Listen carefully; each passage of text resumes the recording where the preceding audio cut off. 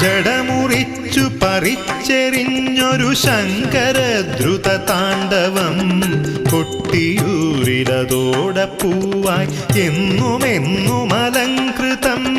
ജടമുറിച്ചു പറിച്ചെറിഞ്ഞൊരു ശങ്കരദ്രുത താണ്ഡവം കൊട്ടിയൂരിലതോടെ പൂവായി എന്നുമെന്നും അലങ്കൃതം.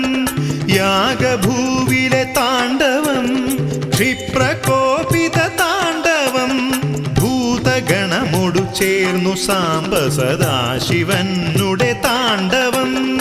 ജം